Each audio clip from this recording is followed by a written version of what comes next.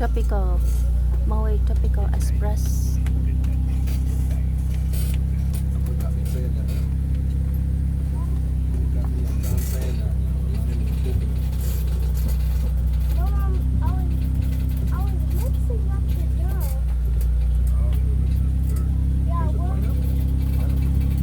Okay, aloha everybody, and welcome to our Maui Tropical Express Tour. Now, my name is Paleka, and I will be your tour guide here for today. But first things first, for your boat safety, I please ask for you folks to please buckle your seatbelt. I'm just kidding, we have no seatbelts. But I please ask for you guys to hold on to any loose accessories. It can get a little bit windy towards the back of the plantation. But starting off our tour for today, looking to your right, it's got some of our pineapple fields. And the Hawaiian name for pineapple is Halakiiki. But also that pineapple field that we have right up in the front there, it is more of a younger pineapple field. But those ones towards the back, they are most mature. You can also spot some small pineapples producing off of there as well. But also if you ever wanted to grow your own pineapple plant, it is quite simple. So just went on to local supermarkets, purchasing yourself a small pineapple. And once you purchase yourself your small pineapple, you want to then take it home and chop off that top spiky part of your pineapple. But the top spiky part of your pineapple, it is also known to be called the crown. And once you cut off your crown for your pineapple, you want to scrape any excess meat from it and put it into a bowl of water. After a couple of days, letting that crown sit in that bowl of water, it just starts to root. And once it starts to root, you want to then plant it into the ground about an inch deep. And after you plant it into the ground, it will take about 18 months for you folks to start seeing your first pineapple fruit, and 3 months of that fruit to ripen. So also next up, now looking on either side of us, we got these palm trees here. But also the name of these palm trees are Manila palms. And also these Manila palms, they will originate from the Philippines. But also here in Hawaii, we call these Manila palms Christmas palms. That is because looking towards some of those trunks of those trees, you may be able to spot some small little green or even some red berries producing off of there. But that red berry, it will be a mature berry, so on the inside it will contain an anesthetic that can usually cause a numbing feeling. But back in the Philippines, what they used to do is suck on that little red mature berry. It would help rid of any toothaches or cold sores that they had. But here in Hawaii, we eat these berries a little bit differently. So what we'll do is that those berries fall to the ground, let them dry up, turn into more of a brownish stage. And once they turn into that brownish stage, we would collect them, dehusk them, polish that seed on the inside, and turn that into jewelry.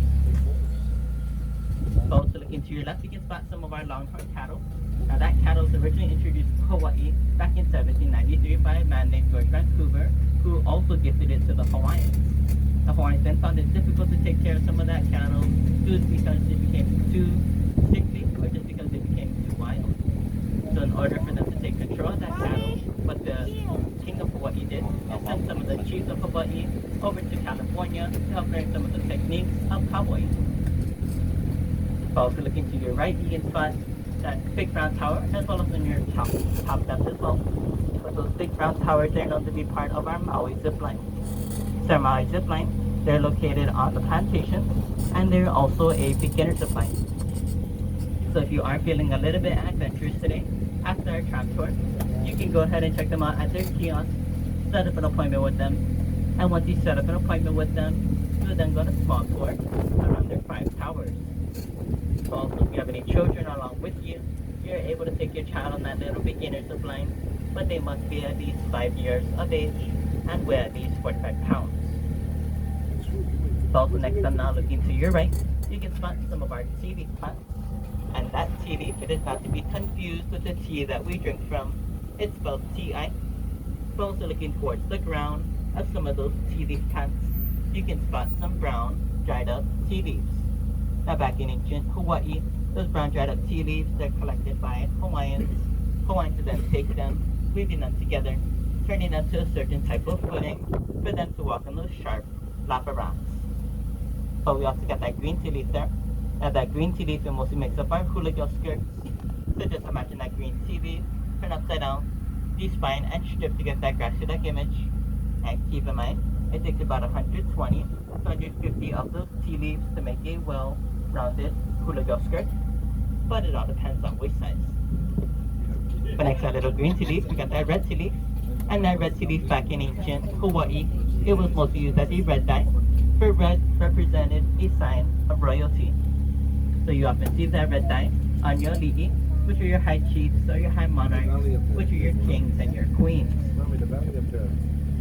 Also next, I'm now looking to your right, you can spot some of our heliconia flowers, and there is about 200 varieties of heliconia worldwide. In the state of Hawaii, there's about 22 varieties, and here on the property, we grow about 3. Now the 3 varieties of heliconia that we grow, it is the lobster, the real bird of paradise, and more commonly the false bird of paradise. So also those heliconia flowers, they tend to have no fragrance, so you mostly see them in your centerpieces and your floor arrangements. So also looking to your left, you can spot some of our red ginger plants, and that ginger, it is not an edible ginger. We mostly keep it on the plantation because it's flowering. But that flower from our red ginger will be just like our heliconias, they also have no fragrance, or that is the reason that you squeeze them with your hands. It will tend to be a bit sweet and a spicy smell left in your hands. Kind of smells like fruit juice. So also looking to your right, we got this one jackfruit tree there. And also looking towards the base of that jackfruit tree, you're able to spot some small jackfruit producing off of there as well. So also jackfruit, it can grow about 3 feet long and weigh about 80 pounds. But the world record for a jackfruit is 4 feet long and 120 pounds. Also, if you ever want to see the inside of a jackfruit, it is brown on top of a very sticky sap. So before cutting into there, you want to first oil up your hands and knife. But once you get into there with your oiled up hands and knife, you find those yellow pods on the inside. And those yellow pods will be taking a combination of pineapple, mango, and banana. So pretty much like a fruit salad. So also, if you ever heard of the famous gum called juicy fruit, juicy fruit was originally inspired by a jackfruit. Also next to that little jackfruit tree, we got that small handcrafted canoe. Now the Hawaiian name for canoe is ba'a. It's spelled W-A-A. But from that ba'a, or that canoe, Hawaiians will take them on their long voyages, but along with them, they bring their sweet potato and their famous coconuts. Also speaking of coconuts, looking to your left, we got that small little space back there, and that's where I will be performing a little coconut husky demonstration for you folks. So if you can please exit the tram, surround that little stage. Just watch your heading and your footing as you exit the tram, please. Mahalo.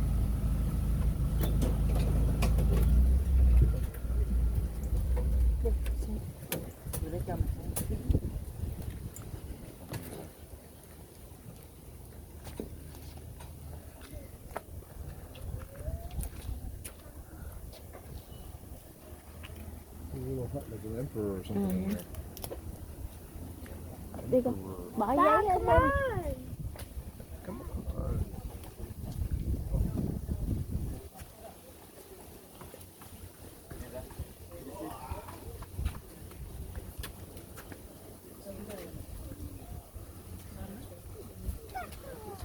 The coconuts?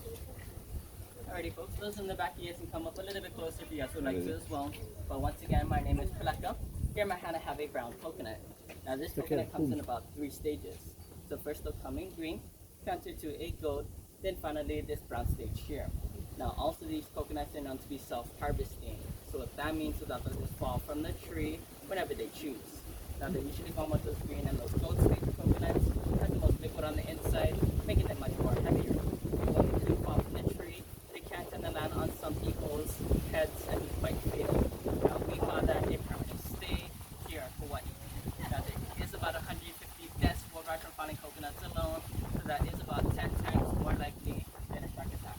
Because here in the islands, they're about the sharks, worry more about these falling coconuts. And also see some of you guys looking towards some of those trees. You have nothing to worry about. We just trimmed them a few weeks ago. There's also a law here in Hawaii to trim your trees every 3 to 8 months in public areas. But if you're on private property, you don't escape or park your car on that little coconut tree unless you want that permanent stay. Also, this brown stage coconut, it is also considered to be called a seed. So here in my hand at the second row, slide your seed. After a couple months, taking your brown coconut, set it on the ground, set it and forget it basically. you start to see your little plants that you got from the top of your coconut and from the bottom of your coconut. You will also see that they will start to root themselves right into the ground. Now there is one catch. You have to wait about 6 to 12 years for yourself to get your fully grown coconut tree, and that is if you have tropical climate as well. So if you guys have anywhere it snows, that little plant will pretty much not grow at all. But for those first couple months around that coconut tree, we just consider them a plant for dummies here in Hawaii. Like I just said, you can take it, set it and forget it. Don't need to water, add any soil to these plants. They have all the nutrients right inside of the husk for you folks. But next up, we're going to go anatomy of our coconut. So this front part that I'm showing you guys here, that is normally called the pico. And pico translates from point to the belly button or the navel. So flip it around, this back part, it is normally called the okole. Now okole translates from point to the butt or the behind, also known to be the butthole. And here on the table, I have a pickaxe on it, and just going to go ahead and start husking for us. So keep in mind, when I do start husking for you guys, some of the husks will fly up into the air, might get some of you guys' eyes, so should you guys as much as possible, should you guys all the way around. Also, the first couple of strands of me get into this brown coconut, it will be a little bit difficult for me. It is because I am going in there pretty much blind. I have no idea that little shell located on the inside, but once I get into there, it should be getting much more easier. Now, you guys see your coconuts in that little round, fuzzy ball form shape at your supermarkets and such. Now, each round fuzzy ball form little coconut that you see in your supermarket, it will most likely be hand husked for you folks. Now, the reason for that being, because there is no machine that can husk these coconuts for us, they do vary on size, so they can be a little bit smaller of a coconut, kind of like this guy here, or they can be a little bit bigger. They don't do half the plants growing out of them as well. But also on the inside of your guys' coconut husk, you will be start to see your coconut shell start to show. And your coconut shell is very hard to determine where it's located inside of your husk. So if there is a machine that can husk these coconuts for us, they must have a lot of wasted coconuts because of those reasons. But also here in Hawaii, we got some husking records. So on the island of Oahu, there's a big Polynesian man. He also works at the Polynesian Center. Very fitting, right? He can husk the coconut in about 3 seconds. Wow. Now that is pretty fast, but let's think of him as a cheater. He likes his big machete. I'm using a pickaxe here, and he's much more bigger than me as well. But we also have a lady right behind me, West Mayan Mountains. She lives on a highland. She can husk the coconut in about 2 minutes or so. Now that is produced in 3 seconds, but the difference is she doesn't use a pickaxe like I'm using. She doesn't use a machete. What she husks the coconuts is her teeth. So you guys don't believe me, you guys can look up on YouTube. Not to sure you want to though, it can be quite scary and cringy at the same time. But unfortunately she's retired, so now we're not too sure she will have a beautiful smile and don't believe that either. So also for Hawaiians that see coconuts, what they used to do is grab their spears, grab it to the ground, and this motion as they kill with pickaxe. But if they're lucky enough, you get onto the beach, find a real sharp lava rock, you start sharp lava rock in our husk as well. But also Hawaiians didn't sit any part of our coconut. So if you guys look on the inside of your coconut husk, it pretty much looks like rubbish. So Hawaiians take these strands apart, strap by strap, weaving them together, turning that to fishing line or rope to tie on their huts. But also it has to be very flammable when it does not rain, so you guys can keep it as your fire starter. Keep a fire lit for a good 15 minutes or so, and make sure for charcoal afterwards.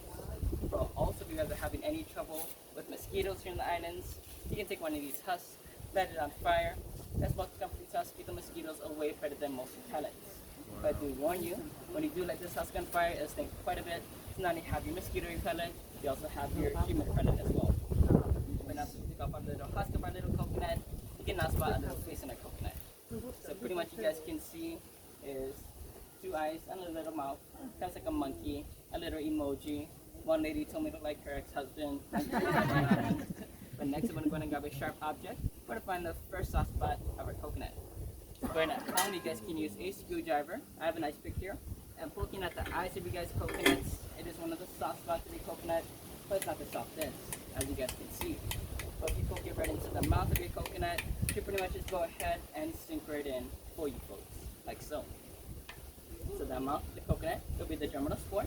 So this is where your buds start to get in here, pretty much make it a bad coconut. And also this is where your beginning stages of your plants will start to grow out of as well. But next time now, I just want to open the mouth for you folks. We're going to go and check out the liquid on the inside. Now the liquid on the inside of your guys' coconuts, it is mostly coconut water, not coconut milk. Later toward these brown stages, that water be coming out a little bit more cloudier. It is because it is fermented on the inside, because these coconuts, they're much more older. So you should be from your green and your gold stages of coconut water. They should be crystal clear, at their sweetest, and they should be sterile. But from your brown coconuts, they come out a little bit cloudy, taste a little bit sour, and they can also be served as your natural laxative. So if you guys are having any trouble traveling, you can go to drink some of this water right here. I'm just kidding, no, we have about 30 minutes to start tour to finish, and it takes about 15 minutes to kick in, so to get number 2 without any problems. And about you're the party pooper, right? But then you're going to get most of that water out of there. You're going to find the second soft spot of a coconut. So your second soft spot of your coconut will be right between the eyes of your coconut. So in between the eyes of your guys' coconut, you can see that little line or ridge. You're going to blunt object using a hammer, a mallet. In this case, we have a little lava rock, and striking it on that little line or ridge, crack it open in less than a minute. So there you go. That's the end of that first initial crack. You're going to then drain out the rest of that water if there's any in there. Then follow that crack up with a rock or hammer. And you can put you guys' hands as well. And once you guys get around there fully, you can pretty much just go ahead and pry a coconut right open. Like so. So on the inside of your guys' coconut, you should have bright white meat. So this coloration, no slimy texture. So this one, it's a pretty good coconut. You can eat the meat right out of the shell if you wanted to. Now if you guys get out that meat out with your hands though, it can be quite difficult. You pretty much won't be able to do it at all. But usually from your green and your gold stages of coconut meat, it'll be much more thinner, much more softer as well. So here in Hawaii, we call that spoon meat. So that means taking a spoon, go to your green and gold coconut, scraping it out, eating it right there. Now if you guys take a spoon and go to the brown coconut, you pretty much break that spoon right in half. Now some of our coworkers, they're really hungry one day, they'll take the meat of our coconut, so they discovered a butter knife, try to separate that meat from the shell. They also broke that butter knife right in half as well. So for Hawaiians, they got this coconut meat.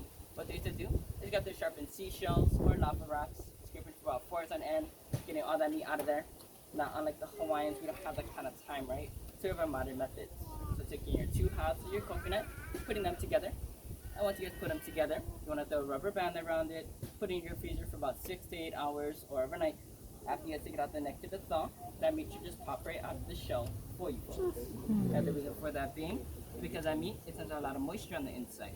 So inside of your freezers, moisture expands, turns into ice, turns into your little shell, and your meat is where your moisture will expand, pretty much separate itself naturally. So after you guys get out your coconut meat, using your freezer method, you can also get your coconut milk from your coconut. So taking that meat, send it to a food processor or a blender, blend it up very finely, then strain it with a cheesecloth. You get about a shot of the coconut milk out of 1 coconut. So if you want a gallon's worth of coconut milk, you're going to pretty much need to grow your own tree of coconuts. Also your second method to get your coconut meat, it is your oven method. So taking your 2 halves of your coconut, put them upside down on a cookie sheet, put in your oven for about 30 minutes for about 350 degrees. And after you folks do that, that meat will also pop out of the shell. So any differences, you will have toasted coconut, sorry. But toasted coconut is good for coconut shavings for baking, or if you guys are about to make your own coconut candy. Don't forget to get your coconut oil out of your coconuts, taking your 2 halves, put them out to the sun for a few weeks. After those weeks you're out in the sun, you start to see a little clear gel from the edge of our meat. Just put a spoon, scrape it out, put it into a jar, give your coconut oil. But your faster method, just put your 2 out together once more, using that freezer method. And once you guys got that meat out of there, you want to chop the small little chunks. They're frying pan on low heat for about 15 minutes. You also get that coconut oil out of there as well. After you got the meat out of these coconuts, they didn't hit any part of these shells either. So this became their cups, their bowls, done a little hole in them out there. Can be served as a natural filter for them. And if they're skilled enough, with little fishing notes, serving tools out of these shells as well. But for today, we have our modern souvenirs. So we got our purses, buttons, picture frames, candles, tip jars. I'm just kidding. But for some odd reason, we're gathering them for their famous coconut bras. And one is not for all ladies, and this one is a little bit lopsided. But this does conclude the end of our demonstration for today. So you guys can come up, check it out, feel it, touch it, smell it, make some coconut bras if you guys would like. But if not, you guys are free to check out some of our immediate plants. So looking to your left, we got some red ginger, some jackfruit. Also looking to your right, we got some banana trees. Just no picking of any of the fruit. When you guys are ready in about 5 to 10 minutes, board on the tram, continue the rest of your tour. Mahalo.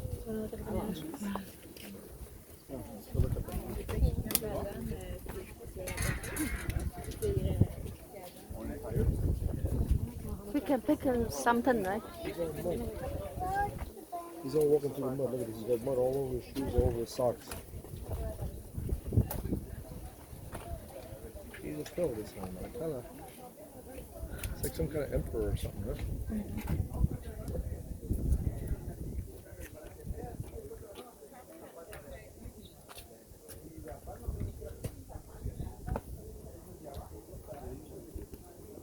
You can take a picture here. Ngoại. Cái trái gì đằng kia kìa.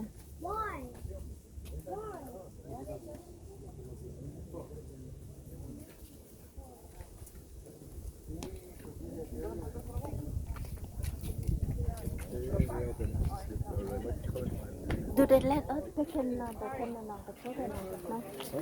Can we pick it up?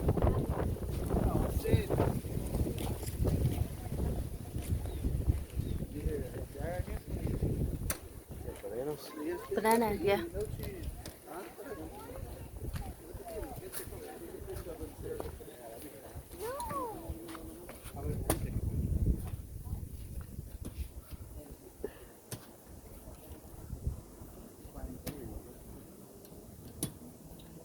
Look at that banana.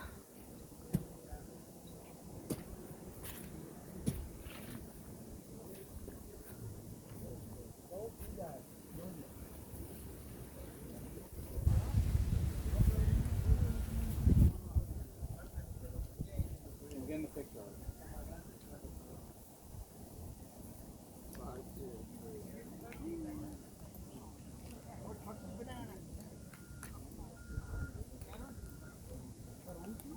The lime bush. Yeah. Look at the banana and that one. The whole thing. And There's the a lamb. big fruit over there too. That's a big lamb right here.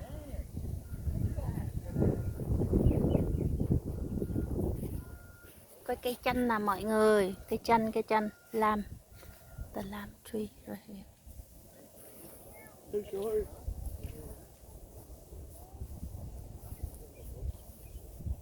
What's this one? It's coffee. Coffee? Yeah. Look like it. Look at the wrap. No, Mom. That's a bit wrap. That's not coffee. No coffee right here. Coffee on that side. Yeah, but that's not coffee. That's Coffee, yeah. Coffee, yeah. Hey, don't touch. He pick it up. That's the coffee. Look at the coffee.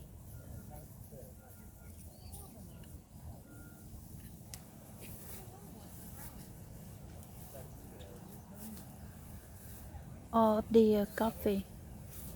I also see some berries. Berries? Yeah, look at it. Coffee. Coffee.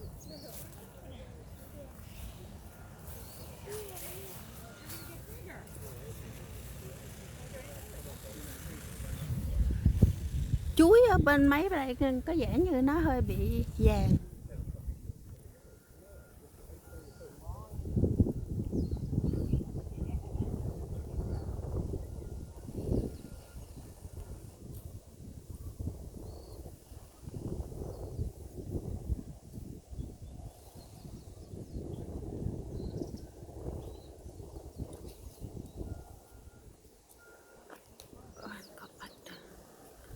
Banana.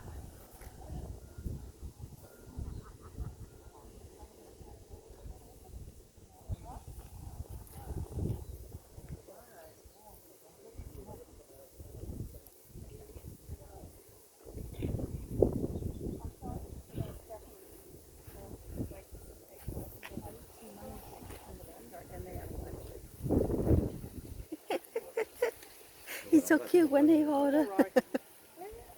No, don't touch.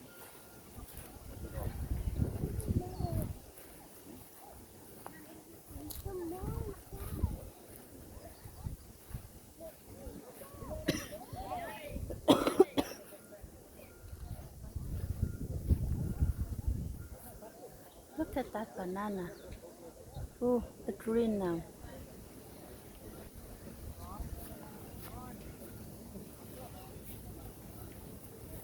There we go, more banana.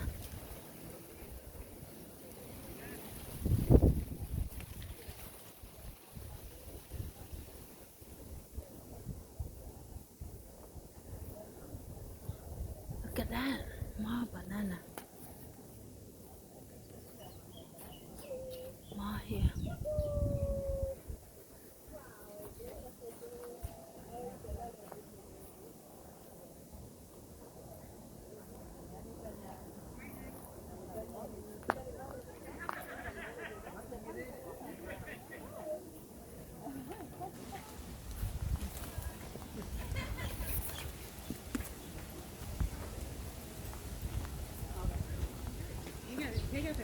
photographer.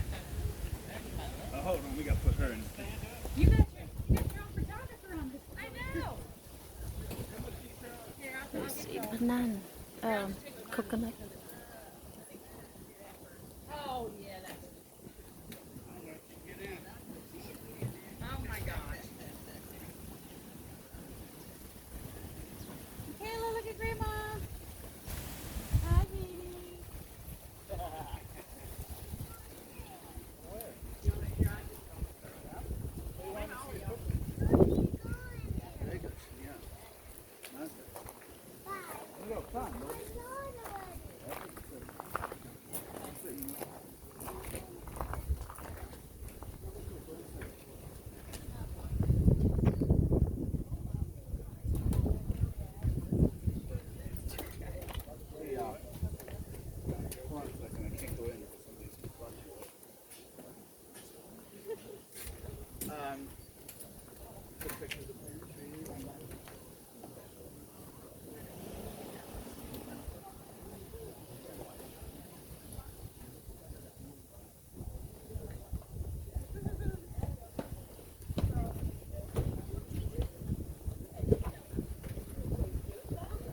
Oh, yeah.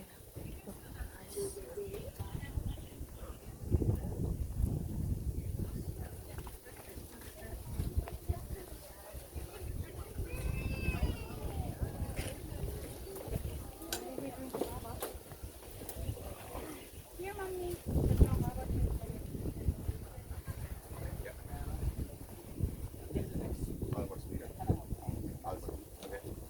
Ủa cái nắng rồi nào? It's only going this way. Dạ. Dạ em giữ. Nó mặc ấm à? Rồi thấy cây cà phê không? Cà phê đẹp hả? Why don't you take your shoe off?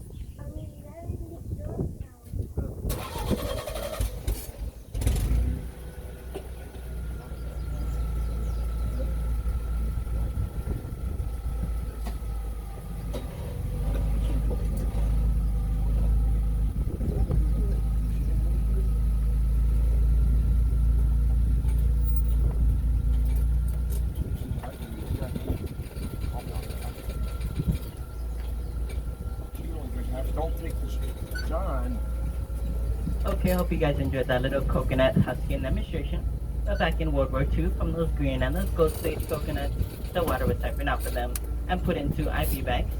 That is because coconut water, it proves to be very compatible with their human blood. Also next to now, looking to your left, you can spot some of our Brazilian dwarf banana trees, also known to be called apple bananas, here in these islands. Also looking towards some of those apple banana trees, you can spot some small green banana bunches producing off of there. And also That's a underneath good that green banana banana. bunch, a purplish Mai and ra a mai brownish she lại flower. đâu cay á banana. Now that purplish brownish flower, it will be the heart of our banana tree, and it will also be an edible piece of the banana tree as well. But above that little heart or flower, you can spot some small leaves producing off of there. And each one of those small leaves, they will fall, and a new hand of bananas will take its place. But once your flower or your heart falls from your tree, that means your banana bunches, they are ready to be harvested. So keep in mind, when you harvest your banana bunch, it will still be in its green stage. So for them to ripen, just hang it up in your garages or porches to let them ripen to that yellowish stage. Both these banana trees, they're known to be self-propagating.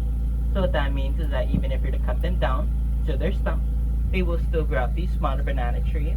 We call them pups. So if you ever wanted to get rid of your banana trees, you have to take them out root by root, just like a weed. Also looking to your right, you can spot some of our red Katui coffee trees, right past some of those citrus trees we got in the front there. So also from that red Katui, they will originate from the Arabica family. So also looking towards some of those red Katui, you may be able to spot some small little green or even some red coffee cherries producing off of there. And that coffee cherry comes in about 4 stages. So first will come in green, transferred to a gold, then a red, then finally a brown stage. So typically you want to harvest that red coffee cherry, getting its name red Katui. But if you're to harvest that brown coffee cherry, it'll tend to be very overdried on the inside and pretty much no good all around it. On the inside of your red coffee cherry, you find 2 khaki-colored coffee beans. And those khaki-colored coffee beans, they will be a lighter color until they are Cái sứ roasted. này, cái sứ. But Con once sứ they're ở đây. roasted, the lighter the roast of your coffee bean is, the more caffeine you have. And vice versa. The darker the roast of your coffee bean is, the less caffeine you have.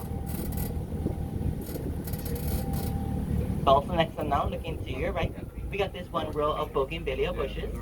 And these bougainvillea, they tend to like more of the dryness. So the less that you water those plants, the more flowers they Look will at the produce. pineapple. And the flowers that produce off of those bougainvillea, they tend to make great for lei making.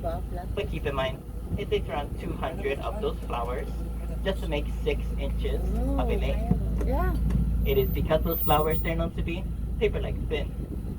But also here in Hawaii, we use these bougainvillea as a certain type of security bush.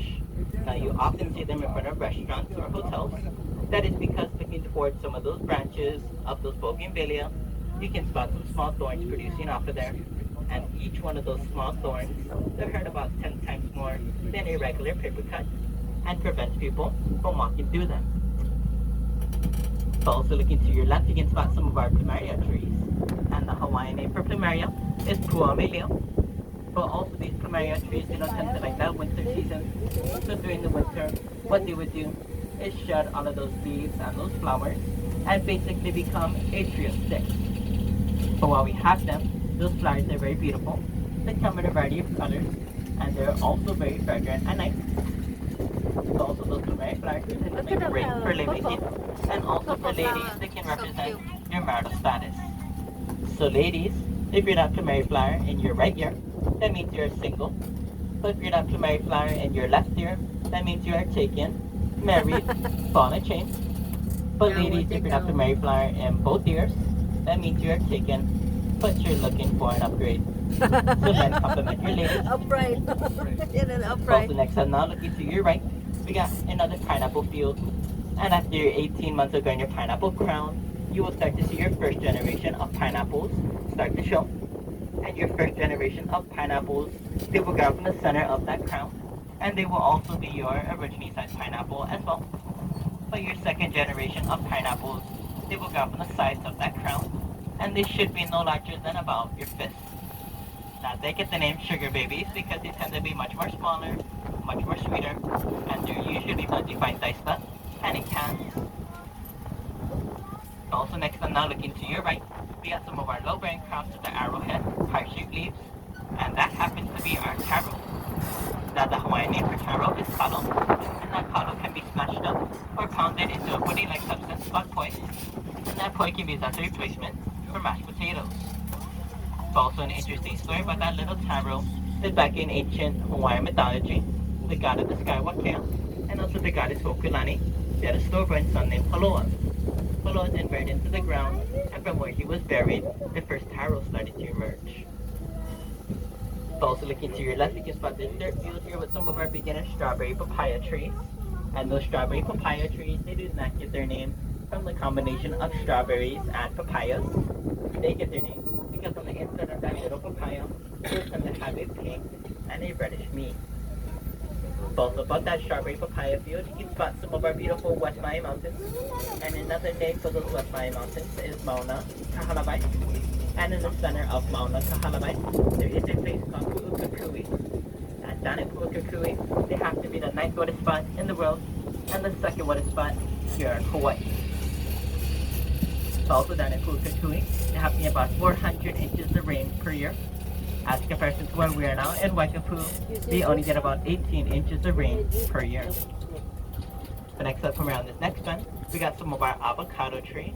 And we got 4 varieties of avocados here on the plantation. So we got the Sherwood, the Green Gold, the Hass, and finally, Kulamanu. And also an interesting fact about avocados is that they're not a vegetable, they are a single-seeded berry fruit. And they will also contain up to 70% more potassium than a regular banana. So also next up now we're going to enter some of our mango trees.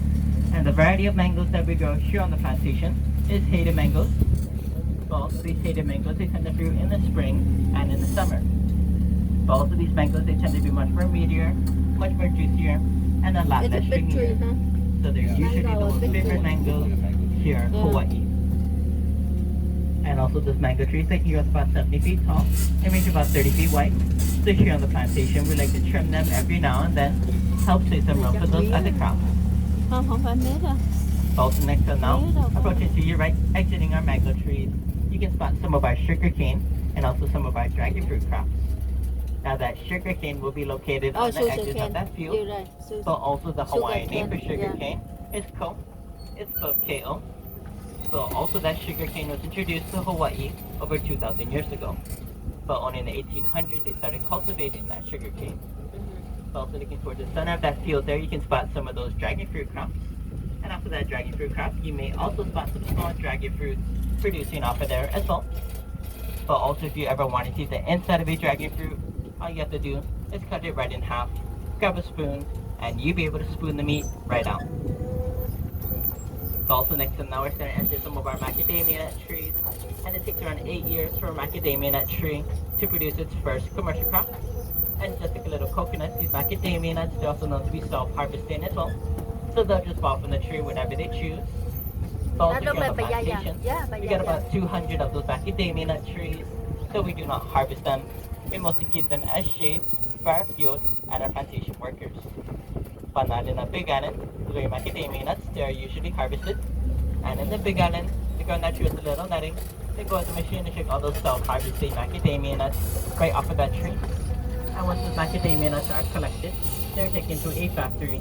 And that factory then uses around 300 pounds of pressure just to crack the little shell of the macadamia nut right open. But next up, coming on this next pathway, we got our Chinese sun palms on either side of us. And these Chinese sun palms will be just like our Manila or our Christmas palms. They're mostly on plantations for decoration. But also the reasoning why these Chinese sun palms get their name is because on windy days like today, you're able to see some of those leaves open up just like a little Chinese sun. But also looking to your left, you can see that final tree over there. And that final tree is known to be called the Samoan dwarf coconut tree. And from that Samoan dwarf coconut tree, you usually don't harvest your green coconuts, not so much of your brown coconuts, because they will be discolored on the inside and have that slimy texture. So also looking to your right, we got that big green grass area. And that big green grass area, it is part of the 4 immediate acres for you folks to roam. We also have a small little wedding gazebo back there with some of the flowering plants such as the heliconia and the red ginger. Makes great for picture taking. Also next to them, now looking to your right, we got those big trees catching some shade over our bus parking lot and over some of these vehicles here as well. And those big trees, they're known to be called monkey pot trees. And monkey pot trees, they're very known to having much softer wood than your regular trees. So you often see them being used by your artists for their projects and such. So also looking to your left, we got that green and that red roof building. Now that happens to be our Kumu Farm produce stand. And also from that produce stand, they are the #1 seller of that famous strawberry papaya as well. And also if you ever wanted to drink from your green coconut, you can purchase them from that little produce stand. And what to do for you folks is cut the tops off